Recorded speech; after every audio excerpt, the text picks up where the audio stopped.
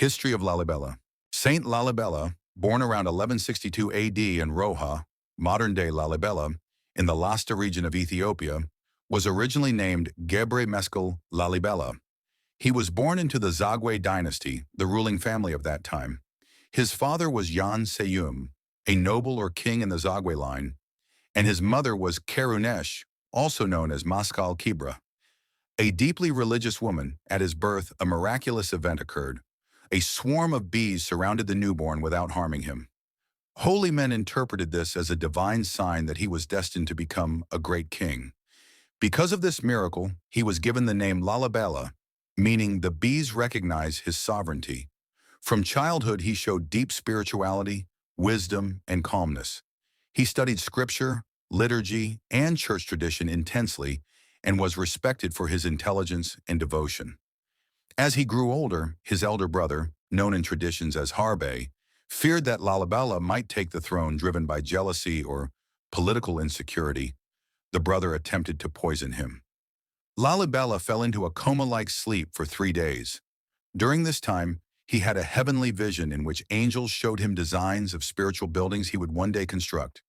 They revealed a divine mission: to create a new Jerusalem in Ethiopia, to comfort believers who could not travel to the Holy Land.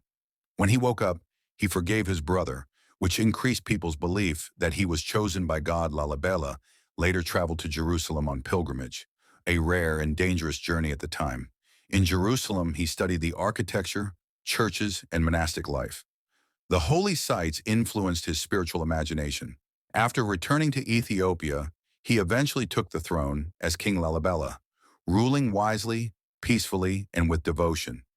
Once he became king, he began the greatest project of his life: the construction of the 11 rock-hewn churches in Roha, meant to symbolize the holy city of Jerusalem. These churches, Beit Medhan Alam, Beit Mariam, Beit Golgotha, Beit Mikael, Beit Emmanuel, Beit Gabriel, Raphael, Beit Mercurios, Beit Abba Libanos, Beit Meskel, Beit Denagel, and the masterpiece Beit Georgis, the Church of St. George, were carved entirely from single blocks of volcanic rock.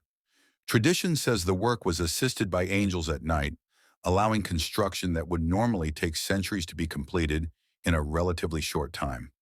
The churches were built with symbolic meaning: a Jordan River trench representing the biblical Jordan, a division between the northern and western church clusters symbolizing earthly and heavenly Jerusalem, and architectural forms mirroring early Christian structures of the Holy Land. These churches are not only places of worship, but a complete spiritual city.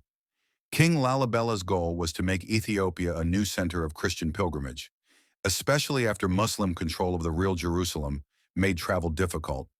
Lalibela ruled with humility and justice. He devoted himself to religious works, charity, and building peace in the kingdom.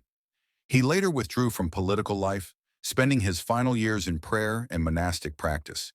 He died around 1225 AD, although some traditions say 1207 or 1230. After his death, the Ethiopian Orthodox Church honored him as a saint for his holiness, humility, wisdom, and for creating the world-famous rock-hewn churches. Today, the town of Lalibela bears his name, preserving his legacy. The 11 churches are recognized by UNESCO as one of the greatest human architectural achievements. Pilgrims visit them from around the world, especially during Gena, Ethiopian Christmas. Saint Lalibela is remembered as a visionary king, a holy man, a builder inspired by God, and a guardian of Ethiopia's ancient Christian heritage.